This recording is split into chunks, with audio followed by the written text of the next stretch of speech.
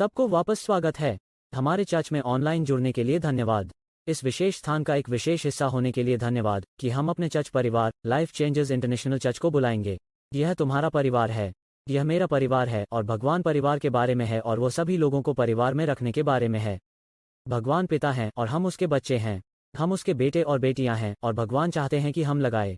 मैं वास्तव में इस पर जोर नहीं दे सकता कि जब आप भगवान के घर में लगाए जाते हैं तो यह वास्तव में कुछ भी इलाज है जो आपके जीवन में हो सकता है। जब आप भगवान के घर में लगाए जाते हैं, वो तब होता है जब आप बढ़ते हैं, वो तब होता है जब आप पनपते हैं, वो तब होता है जब आप बढ़ते हैं, वो है जब आप अपने जीवन में उन्नति देखते हैं, जब आप भगवान के घर में लगाए जाते हैं। यह कहता है भजन 92 कविता 13 में, जब हम भगवान के घर में लगाए जाते हैं वो तब होता है जब हम पनपते हैं। भगवान चाहते हैं कि आप पनपें, वो चाहता है कि आप खिलना चाहते हैं, वो चाहता है कि आप अपने जीवन में अलौकिक विकास देखें। खैर, आपकी जड़ें जितनी गहरी होती हैं, आपके फल उतने ही अधिक होते हैं और आपके फल जितने अधिक होते हैं उतना ही बड़ा फल होता है। आपकी जड़ें जितनी गहरी होती हैं, इतना महत्वपूर्ण है कि हमारी जड़ें भगवान के शब्दों में हैं और हमारी जड़ें भगवान के घर में हैं और यह भगवान का वचन और भगवान का घर है जिसमें भगवान संचालित होते हैं। और ये दुनिया की दो सबसे बड़ी ताकतें हैं, भगवान का वचन और भगवान का परिवार, भगवान का घर चर्च ऑफ गॉड, जो दोनों मंदिर में मिलते हैं और घर से घर तक, जैसा कि हमने बात की है पिछले साल और एक आधा या तो वास्तव में पहले से कहीं ज्यादा। और इसलिए मैं भगवान के वचन में प्रवेश करना चाहता हूं और आपको खिलाना चाहता हूं और मैं आपके जीवन में भगवान के वचन के कुछ बहुत अच्छे बीज लगाना चाहता हूं।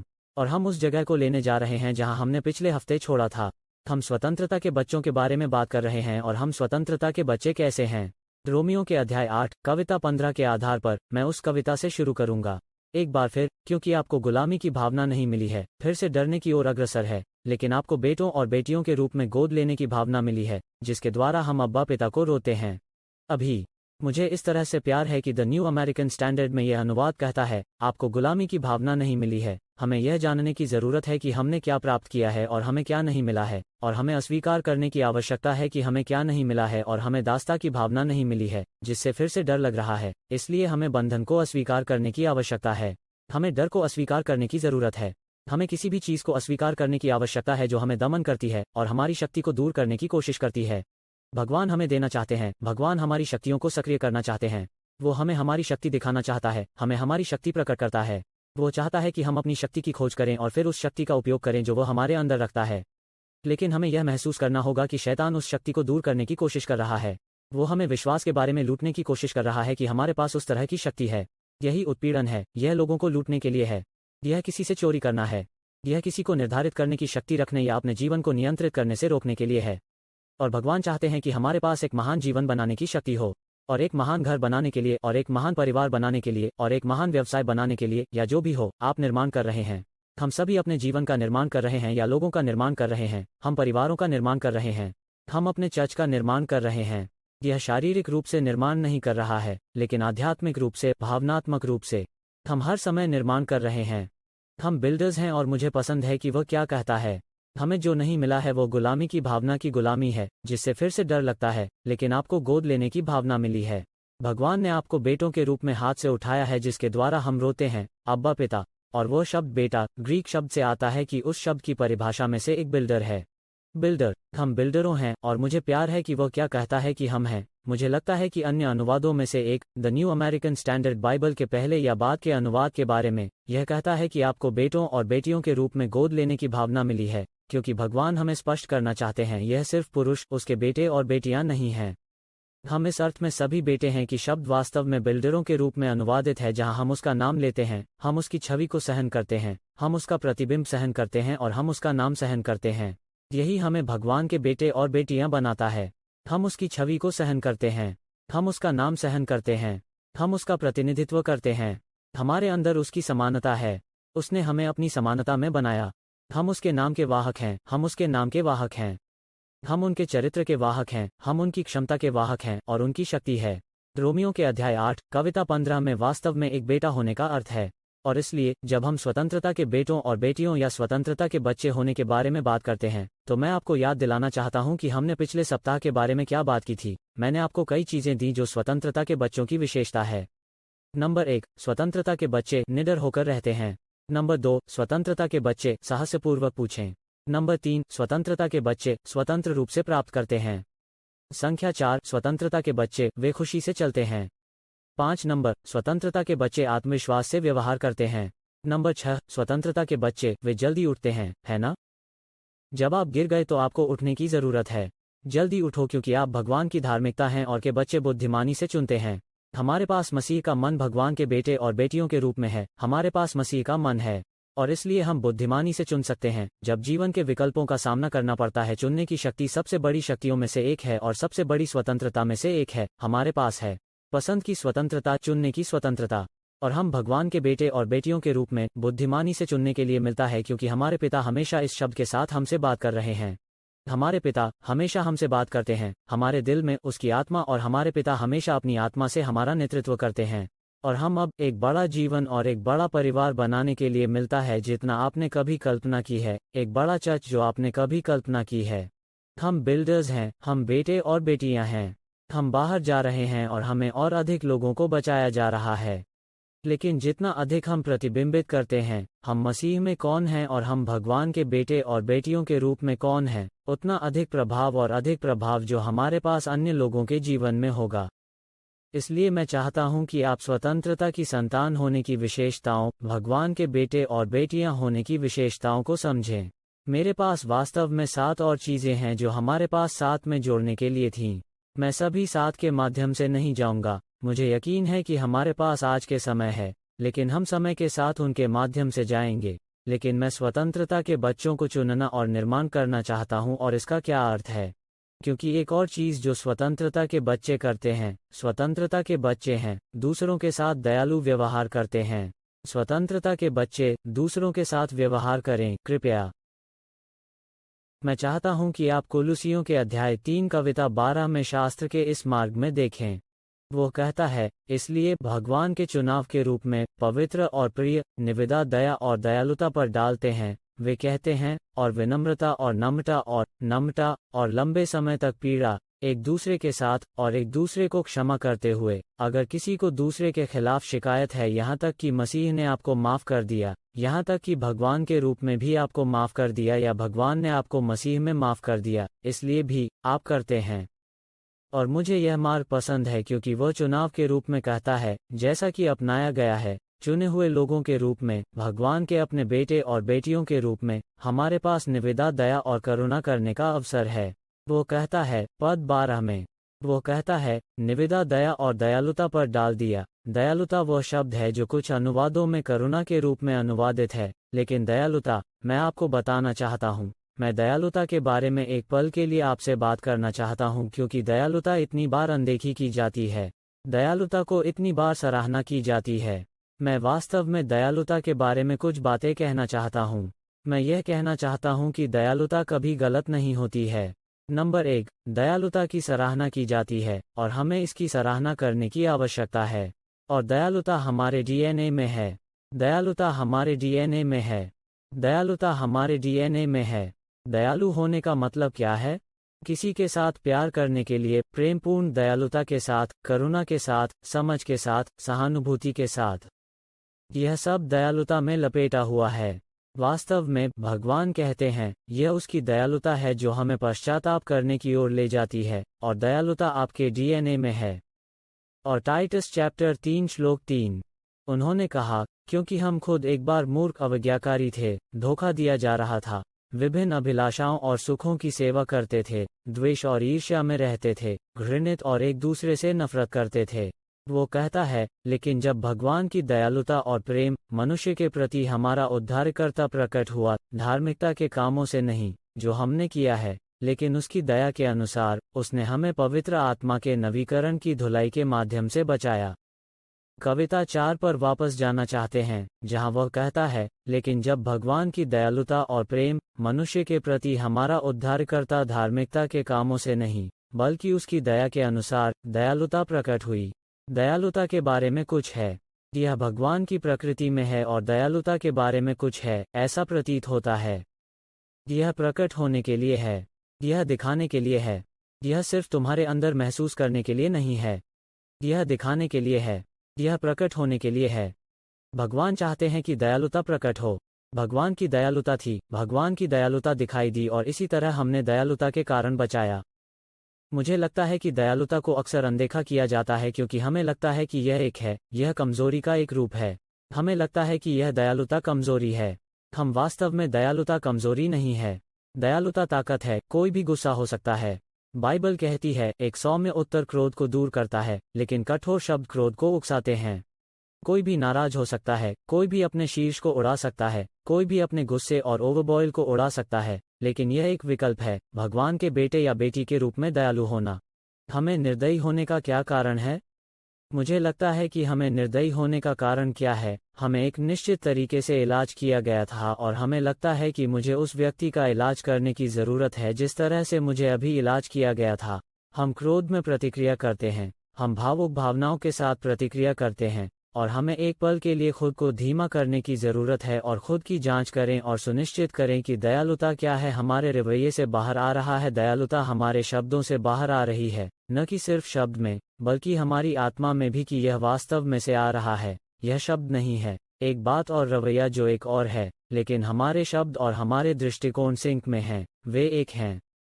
इसी तरह भगवान हमें बनना चाहते हैं। अरे, भगवान ने हमें बेटों और बेटियों के रूप में बनाया है।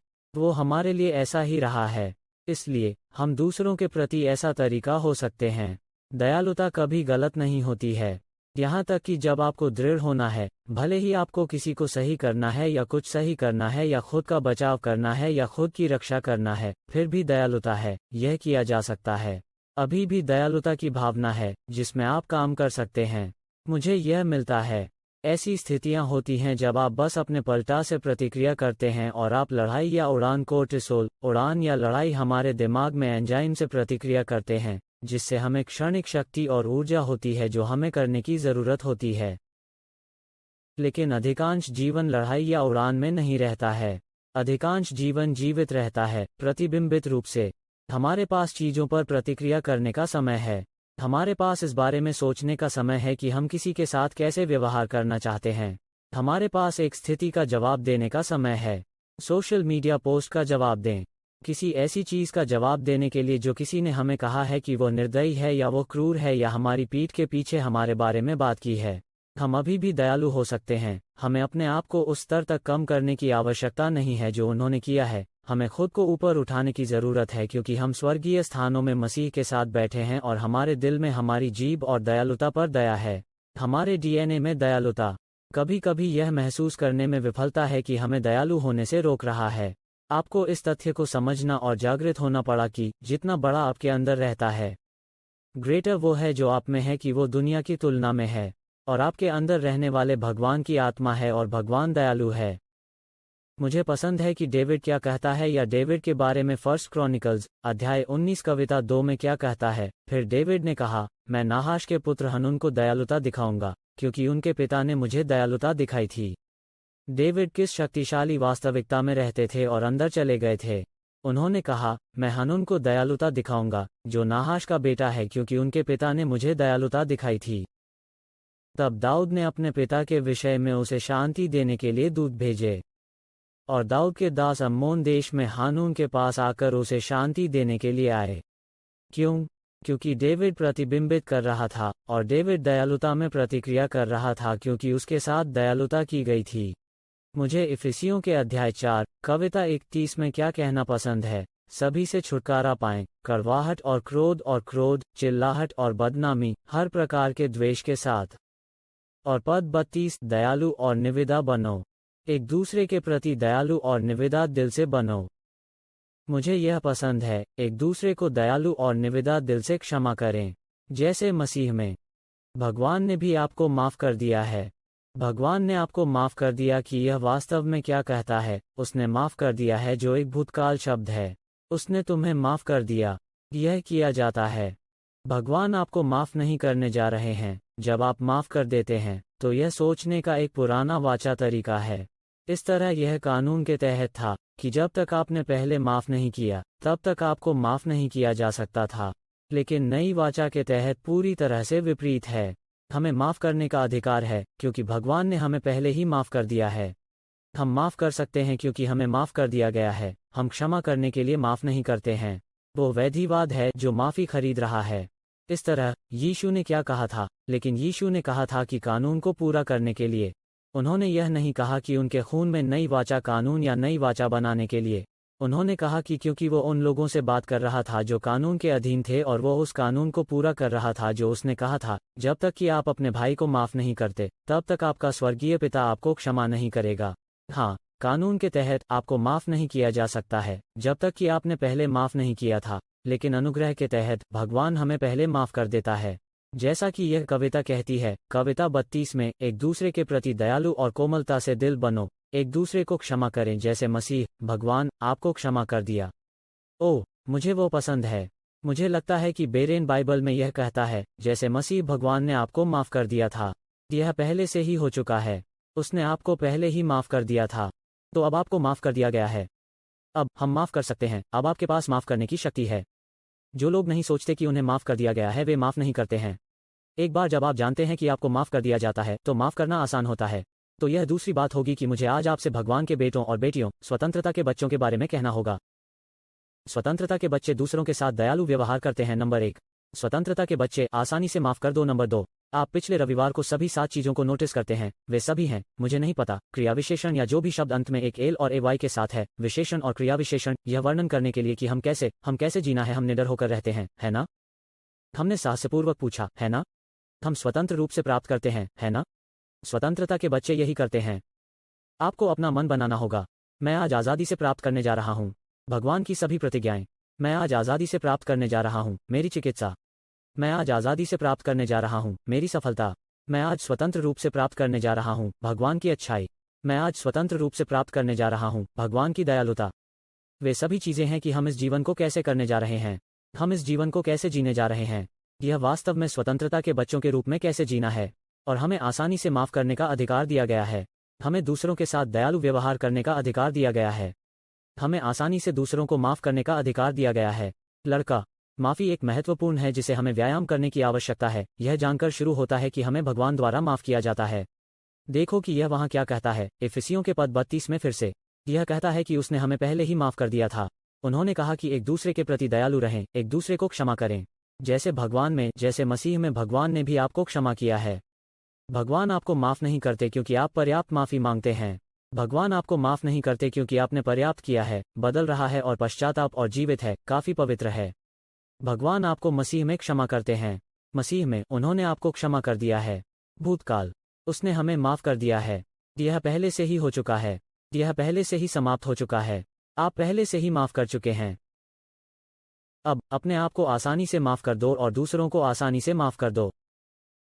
भगवान ने आपको आसानी से माफ़ कर दिया। उन्होंने पूरी कीमत चुकाई और हमें क्षमा का उपहार दिया। इसीलिए इसे माफ़ी कहा जाता है। माफ़ी का मध्य शब्द दिया जाता है। यह एक उपहार है, माफ़ी है। यह एक उपहार है। यह एक उपहार है। इसे दे दो। आपने इसे स्वतंत्र रूप से प्राप्त किया है। अब इसे आज़ादी से दें। आपने इसे प्राप्त किया है। देखो, हम में से कुछ के पास हमारी आत्मा में यह आश्वासन नहीं है। हमें विश्वास नहीं है कि हमें माफ़ कर दिया गया है। और मैं यहाँ आपकी घोषणा करने के लिए हूँ। यह खत्म हो गया है, यह हो गया है। आपको कभी माफ़ नहीं किया जाएगा। और आपको भगवान द्वारा फिर से माफ़ करने की आवश्यकता नहीं है, क्योंकि उसने आपको पहले ही क्षमा कर दिया है। पिछले, वर्तमान और भविष्य, क्योंकि आपके सभी पाप 2000 साल पहले भविष्य में थे, इसलिए उन्होंने आपके जन्म के पहले भी वह सब माफ़ कर दिया था। वाह! इसलिए, जैसा कि हमें माफ़ कर दिया गया है, आइए हम माफ़ कर दो। अभी यह क्यों नहीं कहना, आप स्वर्गीय पिता कहते हैं, धन्यवाद। बस अभी मेरे साथ यह प्रार्थना करें। स्वर्गीय पिता, धन्यवाद कि आपने मुझे क्षमा कर दिया है। धन्यवाद कि मुझे माफ़ कर दिया गया है। धन्यवाद कि यह पहले से ही हो चुका है। मुझे माफ़ी मिलती है, आप पहले से ही प्रदान करते हैं। और मैं खुद को माफ़ कर देता हूँ। बस प्रार्थना करें कि मैं अब खुद को माफ़ कर दो, आज़ादी से, और मैं दूसरों को माफ़ कर दो। मैं हर व्यक्ति को माफ़ कर देता हूँ जिसने मुझे चोट पहुँचाई है, जिन्हें मैं याद कर सकता हूँ और जिन्हें मैं नहीं कर सकता, मैं उन्हें माफ़ कर देता हूँ। मैं उन्हें छोड़ देता हूँ। मैं उन्हें आशीर्वाद देता हूँ। मैं आपकी उपस्थिति के लिए प्रार्थना करता हूँ कि वे स्पर्श करें। मैं आपकी आत्मा से उन तक पहुँचने के लिए प्रार्थना करता हूँ। मैं उन्हें माफ़ कर देता हूँ। मैं अपने जीवन से माफ़ी जारी करता हूँ। मैं माफ़ी जारी करता हूँ और अपने जीवन से माफ़ी को सक्रिय करता हूँ। मुझे स्वतंत्र रूप से प्राप्त हुआ और मैं स्वतंत्र रूप से यीशु के नाम में देता हूँ। शक्तिशाली शक्तिशाली पल जब आप इस तरह प्रार्थना कर सकते हैं। और आप कभी भी ऐसा कर सकते हैं। आप धन्यवाद करते हैं। बस थैंक्सगिविंग की प्रार्थना में जाओ। धन्यवाद भगवान, धन्यवाद भगवान, धन्यवाद भगवान। वाह, ठीक है कि क्या आप यह प्राप्त कर रहे हैं? अब स्वतंत्रता के बच्चे दूसरों के साथ दयालु व्यवहार करते हैं। स्वतंत्रता के बच्चे आसानी से माफ कर दो क्योंकि वे जानते हैं कि उन्हें माफ कर दिया गया है। स्वतंत्रता के बच्चे शक्तिशाली प्रार्थना करते हैं। अब मैं आपके साथ साझा करना चाहता हूँ। मुझे पता है कि हमने साहसपूर्वक पूछने के बारे में बात की थी, लेकिन मैं अब शक्तिशाली प्रार्थना करने के बारे में बात कर रहा हूँ, जो थोड़ा अलग है। और हम स्वतंत्रता के बच्चों के रूप में शक्तिशाली प्रार्थना करते हैं क्योंकि हम धर्मी लाभ उठाने की प्रार्थनाओं को बहुत जानते हैं। अब हम विश्वासियों के रूप में भगवान की प्रतिज्ञाओं की प्रार्थना करना शुरू कर चुके हैं। अगर हम शक्ति के साथ प्रार्थना करना चाहते हैं तो हमें प्रार्थना करनी होगी कि भगवान ने पहले से ही वादा किया था। यदि आप शक्ति के साथ प्रार्थना करना चाहते हैं तो आप प्रार्थना करते हैं कि भगवान ने पहले से ही वादा किया था। उन्होंने पहले ही उस उपचार का वादा किया था। उन्होंने पहले ही वादा किया था कि आपके पास अधिकार है। उसने पहले से ही वादा किया था कि आप पहाड़ को हटा सकते हैं और समुद्र में डाल सकते हैं। इसलिए हमें प्रार्थना करना शुरू करना होगा जैसे हमारे पास शक्ति है और हम भगवान के वादे प्रार्थना करते हैं। कोई भी जिसने कभी मुझसे पूछा है प्रार्थना करने का सबसे अच्छा तरीका क्या है? प्रार्थना करो भगवान की प्रतिज्ञाएं। मुझे प्रार्थना करना कैसे सीखना चाहिए? प्रार्थना करो भगवान की प्रतिज्ञाएं। एक वादा करो, मेरा भगवान मेरी सभी ज़रूरतों को पूरा करेगा। महिमा में उनके धन के अनुसार और अपनी प्रार्थना करें। पिता, मैं आपको धन्यवाद देता हूँ कि महिमा में धन के अनुसार आप मेरी सभी ज़रूरतों को पूरा करेंगे। मुझे वो प्राप्त होता है। अब मैं आपको जेम्स अध्याय 5 कविता 16 में कुछ दिखाऊं। श्लोक 18 के माध्यम से अपने अपराधों को एक दूसरे से कबूल करें और एक दूसरे के लिए प्रार्थना करें कि आप चंगा हो सकें। हमें अपने पापों को स्वीकार करने की ज़रूरत नहीं है, हमारे अपराधों को क्षमा करने की ज़रूरत नहीं है, लेकिन कभी कभी एक दूसरे को व्यक्त करने में सक्षम होने के बारे में कुछ होता है। कुछ ऐसा जो हम एक दूसरे के उपचार के लिए काम कर रहे हैं और प्रार्थना कर रहे हैं कि आप चंगा हो सकते हैं। वो उसके प्रभाव में होने से चंगा होने के बारे में बात कर रहा है और उस उपचार के नियंत्रण में होने के कारण आता है, लेकिन फिर वो कहता है कि एक धर्मी व्यक्ति की प्रभावी उत्साही प्रार्थना बहुत अधिक लाभ उठाती है। अब बाइबल कहती है कि वो आदमी कौन है? प्रभावी उत्कट प्रार्थना होगी जो बहुत अधिक एक धर्मी पुरुष या महिला का लाभ उठाएगी। यह मानव जाति है जो वो वहाँ के बारे में बात कर रहा है। एक धर्मी आदमी। धर्मी होने का मतलब क्या है? इसका मतलब है कि यीशु हमारे लिए पाप बन गया है ताकि हम भगवान की धार्मिकता बन सके, है ना? क्योंकि जैसा वो है वैसे ही क्या हम इस दुनिया में हैं? तो अब भगवान ने यीशु के लहू के माध्यम से व्यापार किया है। वो हमारे लिए पाप बन गया। हम भगवान की धार्मिकता बन गए हैं और भगवान की धार्मिकता के रूप में हमारे पास प्रार्थना करने की शक्ति है। एलिय्याह की तुलना में शक्तिशाली या अधिक शक्तिशाली रूप से। और वो हमें कविता 17 में एलिय्याह के बारे में बताता है जब वो कहता है, अब एलिय्याह हमारे जैसे प्रकृति वाला एक आदमी था और उसने ईमानदारी से प्रार्थना की कि बारिश नहीं होगी और 3 साल और 6 महीने तक जमीन पर बारिश नहीं हुई थी। अब यह कहता है एलिय्याह ने ईमानदारी से प्रार्थना की कि बारिश नहीं होगी और 3.5 साल तक बारिश नहीं हुई थी। फिर कविता 18 में कहता है, और फिर एलिय्याह ने फिर से प्रार्थना की और स्वर्ग ने बारिश की और पृथ्वी ने अपना फल उत्पन्न किया। वाह! अब अगर हम इस तथ्य को पकड़ सकते हैं कि एलिय्याह आपके या मेरे जितना शक्तिशाली नहीं था, तो एलिय्याह एक पुरानी वाचालाप था। लगता है कि आप क्या हैं? आप एक नई वाचालाप हैं। आप प्रार्थना कर सकते हैं जैसे उसने प्रार्थना की थी। आप भविष्यवाणी कर सकते हैं जैसे उसने भविष्यवाणी की थी। और स्पष्ट रूप से मैं उस बारे में बात करने जा रहा हूं आज अंतिम बिंदु के रूप में, समय की वजह से। मैं स्वतंत्रता के बच्चों के रूप में चौथी चीज कैसे करने जा रहा हूं। लेकिन जब शक्तिशाली प्रार्थना करने की बात आती है तो हमें यह समझने की जरूरत है कि एलिय्याह एक आदमी था जो हमारे जैसे इंसान था। उनके पास हमारी तरह एक प्रकृति थी। दूसरे शब्दों में वो हमसे अलग नहीं है। और वो कहता है उसने प्रार्थना की कि बारिश नहीं होगी और 3.5 साल तक बारिश नहीं हुई थी। अब एलिय्याह और हमारे बीच एक अर्थ में एक अंतर है, क्योंकि बाइबल कहती है कि सभी भविष्यद्वक्ताओं में से सबसे बड़ा पैगंबर जो यीशु के सामने नई वाचा आने से पहले आया था, सबसे बड़ा पैगंबर जॉन बैपटिस्ट था। लेकिन यीशु ने कहा, कोई भी जो फिर से पैदा हुआ है, यहाँ तक कि इनमें से कम जो फिर से पैदा होते हैं, जॉन द बैपटिस्ट से बड़ा है। तो अगर जॉन बैपटिस्ट एलिय्याह की तुलना में एक बड़ा पैगंबर था और एलिय्याह एक बहुत ही भयानक पैगंबर था, जैसा कि हम देख सकते हैं, उसने बारिश से बात की और 3.5 साल तक बारिश नहीं की। उसने फिर से प्रार्थना की और कविता 18 में बारिश हुई जब उसने फिर से प्रार्थना की, जैसे लड़के को उसकी प्रार्थनाओं का जवाब मिला। और इसलिए क्या आप समझ सकते हैं, हे, मेरे पास इस तरह प्रार्थना करने की शक्ति है क्योंकि एक धर्मी व्यक्ति की प्रार्थना बहुत अधिक होती है, और मैं भगवान की धार्मिकता हूँ। इसका हर समय सही होने से कोई लेना देना नहीं है। यह धर्मी है, भगवान के साथ सही खड़े होकर भगवान के साथ, और यह आपके व्यवहार के माध्यम से नहीं आता है, यह एक उपहार के माध्यम से आता है जिसे धार्मिकता का उपहार कहा जाता है, ठीक यीशु के खून के माध्यम से। इसलिए यह हमें प्रार्थना करने की शक्ति देता है, क्योंकि कभी कभी लोग सोचते हैं, जब वे धर्मी शब्द देखते हैं तो वे सोचते हैं, ओह, मैं वास्तव में धर्मी नहीं हूं कि एलिय्याह की प्रार्थना की तरह प्रार्थना करने में सक्षम हो। खैर, एलिय्याह नहीं था, वो उतना पवित्र नहीं था जितना हमें लगता है कि वह था। वो उतना पवित्र नहीं था जितना हमें लगता है कि शायद वो इस अर्थ में था कि उसने कभी भी कुछ गलत नहीं किया था। वो उदास हो गया, वो ईजेबेल से भाग गया, वो हार जाने की तरह महसूस करता था, वो छोड़ने की तरह महसूस करता था, वो आत्मघाती की तरह महसूस करता था। हमें यह सोचना बंद करना होगा कि पुराने नियम में लोग या अतीत में लोग हमारे मुकाबले पवित्र थे। भगवान ने उसकी प्रार्थनाओं का जवाब नहीं दिया क्योंकि वो पवित्र था, भगवान ने उसकी प्रार्थनाओं का उत्तर दिया क्योंकि वो जानता था कि कैसे प्रार्थना करना है, विश्वास के साथ, और उसने जो कहा था उसमें अधिकार है। और हमें विश्वास में प्रार्थना करने की ज़रूरत है, यह जानकर कि हम जो प्रार्थना करते हैं उसमें हमारे पास अधिकार है, यह जानकर कि हमें इसके लिए पूछने का अधिकार है और इसे प्राप्त करने का अधिकार है, जैसा कि हमने पिछले सप्ताह के बारे में बात की थी। इसे स्वतंत्र रूप से प्राप्त करें, है ना? लेकिन वो कहता है कि एक धर्मी व्यक्ति की प्रभावी उत्कट प्रार्थना बहुत अधिक लाभ उठाती है। मैं परमेश्वर की धार्मिकता हूँ, इसलिए मैं बीमारों के लिए प्रार्थना कर सकता हूँ और वे ठीक हो जाएंगे। मैं अपने वित्त के लिए प्रार्थना कर सकता हूँ और वे बढ़ेंगे। मैं अपने परिवार के उद्धार के लिए प्रार्थना कर सकता हूँ, और मैं विश्वास कर रहा हूँ कि भगवान जवाब देने जा रहे हैं।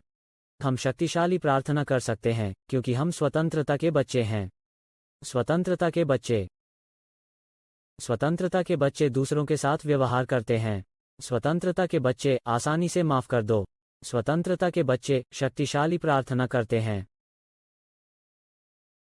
आपके लिए यह एहसास करने में क्या लगेगा कि आपके पास अभी यह शक्ति है?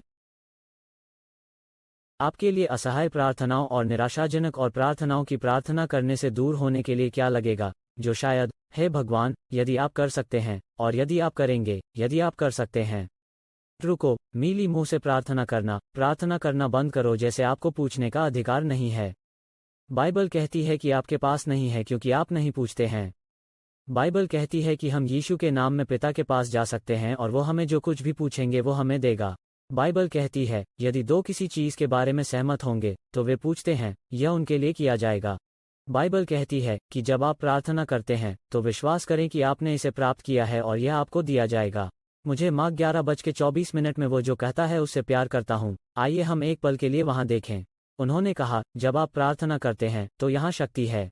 इसलिए सभी चीजें जो आप प्रार्थना करते हैं और पूछते हैं, विश्वास करते हैं, आपने उन्हें प्राप्त किया है। विश्वास है कि आपने उन्हें प्राप्त किया है और उन्हें आपको दिया जाएगा। विश्वास करो, आपने उन्हें प्राप्त किया है। यह तब होता है जब आप प्रार्थना करते हैं और पूछते हैं। शक्ति यह विश्वास करने में है कि जब आप पूछते हैं तो आपने इसे प्राप्त किया है। याद रखें, पहले जॉन 4, 1 जॉन 5 कविता 14। आइए हम वहां फिर से देखें। 1 जॉन 5 कविता 14। और उन्होंने कहा, अगर हम कुछ भी पूछते हैं तो यह विश्वास है कि हमारे पास उसके सामने था, कि अगर हम उसकी इच्छा के अनुसार कुछ भी पूछते हैं जो उसकी वादों के अनुसार है, उसका शब्द उसकी इच्छा है, या उसका शब्द और उसकी इच्छा उसके वादे हैं। अगर हम उसकी इच्छा के अनुसार कुछ भी पूछते हैं तो वो हमें सुनता है। और कविता 15 कहता है, अगर हम जानते हैं कि वो हमें सुनता है तो हम जानते हैं कि हमारे पास वे अनुरोध हैं जो हमने उससे पूछा है। अगर हम जानते हैं कि जो कुछ भी हम पूछते हैं वो हमें सुनता है। अब हम कैसे जानते हैं कि वो हमें सुनता है? बाइबल कहती है, अगर हम उसकी इच्छा के अनुसार कुछ भी पूछते हैं। कविता 14। अगर हम उसकी इच्छा के अनुसार कुछ भी पूछते हैं तो वो हमें सुनता है। अगर हम उसकी इच्छा के अनुसार पूछते हैं तो वो हमें सुनता है। और उसकी इच्छा के अनुसार क्या है? उसका शब्द उसकी इच्छा है, उनका वादा उसकी इच्छा है। भगवान की सभी प्रतिज्ञाएं उसकी इच्छा हैं। और अगर हम कुछ भी पूछते हैं तो पिछली बार कब आपने कुछ पूछा था और उन्होंने कहा, भगवान यहाँ, यह आपके शब्द में यही कहता है। यह फिलिप्पियों 4:13 या 4 कविता 19 में कहता है कि आप मेरी सभी ज़रूरतों को पूरा करेंगे। तो मैं आपकी इच्छा के अनुसार आपसे पूछ रहा हूँ, आपके शब्द के अनुसार। आपने कहा आप इसे करेंगे। मैं तुमसे पूछ रहा हूँ, मुझे पता है कि सुनते हैं, और अगर मुझे पता है कि वो मुझे सुनता है तो देखो कि यह कविता 15 में क्या कहता है। तो हम जानते हैं कि हमारे पास है। अगर हम जानते हैं कि वो हमें सुनता है जो कुछ भी हम पूछते हैं, हम जानते हैं कि हमारे पास है अनुरोध जिसे हमने उससे पूछा है। वाह, यह शक्तिशाली रूप से प्रार्थना करने की शक्ति है, शक्तिशाली प्रार्थना करने की क्षमता है। स्वतंत्रता के बच्चे यही हैं। इस तरह हम प्रार्थना करते हैं। हम प्रार्थना नहीं करते हैं, भगवान हो सकता है, अगर आप कर सकते हैं, शक्ति के भगवान, अगर आप इसके बारे में सोचेंगे, अगर आप इसे शायद में फिट कर सकते हैं, हे भगवान, अगर यह तेरी इच्छा हो, तो हम उसकी इच्छा के अनुसार पूछते हैं, हमें पता चलता है कि उसकी इच्छा क्या है, और फिर हम उन चीज़ों के लिए पूछते हैं जो इच्छा में हैं। वसीयत को कुछ अदृश्य चीज़ के रूप में देखना बंद करो। भगवान की इच्छा वहाँ से बाहर कुछ ईथर की बात नहीं है। भगवान की इच्छा है, उसका लिखित अंतिम नियम है। लोग अपनी इच्छा क्या कहते हैं? मेरी आखिरी इच्छा और वसीयतनामा। यह वो व्यक्ति अपने प्रियजनों के लिए छोड़ देता है, उनके प्रियजनों को उनकी संपत्ति छोड़कर, जो मेरी विरासत प्राप्त करते हैं। मेरे पास संपत्ति कौन मिलती है जब मैं मर जाता हूँ? तो भगवान की इच्छा यही है। यह वही है जो आपको मिलता है। उसके बेटे और बेटियों को क्या मिलता है जब यीशु मर गया? यही कारण है कि इच्छा को गति में डाल दिया, यीशु की मौत। भगवान की इच्छा को लागू करें। अब उसने अपने वचन में जो कुछ भी वादा किया है वो मसीह में तुम्हारा और मेरा है। और अगर हम उसकी इच्छा में क्या है, उसके वचन में, उसकी आखिरी इच्छा और वसीयतनामा के अनुसार कुछ भी पूछें, तो वो हमें सुनता है। और अगर हम जानते हैं कि वो हमें सुनता है, तो हम जानते हैं कि हमारे पास है। हम जानते हैं, वो नहीं कहता, हम जानते हैं, अंततः हमारे पास होगा। वो कहता है कि हमें पता है कि हमारे पास अनुरोध हैं। हम जानते हैं कि हमारे पास क्या है, हमने क्या पूछा है। विश्वास से रहते हुए, मेरा मानना है कि मेरे पास अभी यीशु के नाम पर है। और आज 4 नंबर, मेरे पास इसे खोलने का समय नहीं होगा, लेकिन हम इसे अनपैक करेंगे शायद अगली बार। स्वतंत्रता के बच्चे, वे दूसरों के साथ व्यवहार करते हैं, कृपया। स्वतंत्रता के बच्चे, दूसरों को आसानी से माफ कर दो। स्वतंत्रता के बच्चे, शक्तिशाली प्रार्थना करते हैं। और स्वतंत्रता के बच्चे भविष्यवाणी की बात करते हैं। हम भविष्यवाणी की बात करते हैं। अधिनियमों के अध्याय 2, कविता 17 में यह कहता है, और अंत के दिनों में ऐसा होगा, भगवान कहते हैं, कि मैं अपनी आत्मा को सारे मांस पर उंडेलूंगा और आपके बेटे और बेटियां भविष्यवाणी करेंगे।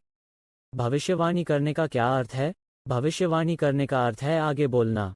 इसका अर्थ है भगवान के वचन के साथ बुलबुला करना। इसका मतलब भगवान के वचन को बोलना है। इसलिए जब हम एक पहाड़ से कहते हैं कि हटा दिया जाए और यह हमारी आज्ञा का पालन करेगा, हम पहाड़ की भविष्यवाणी कर रहे हैं। जब हम कहते हैं, मैं जीवित नहीं रहूंगा और हमारे जीवन पर भविष्यवाणी करने वाले प्रभु के कार्यों की घोषणा नहीं करूंगा। जब हम कहते हैं कि यह दिन है, भगवान ने बनाया है, मैं आनंदित और खुश रहूंगा, हम अपने दिन में भविष्यवाणी कर रहे हैं। हम घोषणा कर रहे हैं, हम अपने शब्दों के माध्यम से भगवान की शक्ति को पारित करने के लिए ला रहे हैं। हम अपने शब्दों के माध्यम से भगवान के वादों को सक्रिय कर रहे हैं। और फिर वे शब्द जो कुछ भी वर्णन कर रहे हैं या जो भी वे बने हैं उसे पूरा कर रहे हैं। जब परमेश्वर ने अंधकार देखा, तो उसने कहा, प्रकाश। उन्होंने प्रकाश की भविष्यवाणी की और उन्होंने कहा, प्रकाश हो, और यह अस्तित्व में आया। वो क्या कर रहा था? वो क्या कर रहा था? वो भविष्यवाणी कर रहा था और अनुमान लगा रहा था कि आप क्या हैं। आप भगवान के बेटे या बेटी हैं और अनुमान लगाते हैं कि बेटे और बेटियां क्या करती हैं। वो कहता है, मैं अपनी आत्मा को सारे मांस पर उंडेलूंगा और बेटे और बेटियां क्या करेंगे? आपके बेटे और बेटियां भविष्यवाणी करेंगे। वो आप हैं, वो मैं हूं। हमें भविष्यवाणी करने के लिए मिलता है, हमें भगवान के वादे घोषित करने के लिए मिलता है, हमें भगवान का शब्द बोलने के लिए मिलता है, हमें पहाड़ से बात करने के लिए मिलता है, यह हमारा पालन करता है। हम सूखी हड्डियों से बात करते हैं, जिंदा आते हैं। हम अपने बीमार शरीर से बात करते हैं, ठीक हो जाते हैं। हमें अपने खाली बैंक खातों से बात करने के लिए मिलता है, भर जाता है। हमें अपनी भावनाओं से बात करने के लिए मिलता है जो चिंतित और उदास, चिंतित और नर्वस हैं। और हम कहते हैं कि शांति अभी भी हो। हम पहाड़ों से कहने के लिए मिलता है, चले जाओ। हम पेड़ों को उखाड़ फेंक दिया और समुद्र में लगाए जाने के लिए कहते हैं। आपके पास भविष्यवाणी करने की शक्ति है। आप अपने जीवन के एक पैगंबर हैं। आपके पास जीवन बोलने की क्षमता में शक्ति है जो इसे पारित करने के लिए आएगी। क्यों? क्योंकि भगवान ने हमें अपने बेटे और बेटियों को बनाया है। उन्होंने हमें सन्स एंड डॉटर्स के रूप में अपनाया है। हम स्वतंत्रता के बच्चे हैं और स्वतंत्रता के बच्चे यही करते हैं, वे भविष्यवाणी करते हैं। वे भविष्यवाणी की बात करते हैं, वे शक्तिशाली बोलते हैं। और यह वही है जो भगवान ने हमें दिया है, भविष्यवाणी करने के लिए उपहार।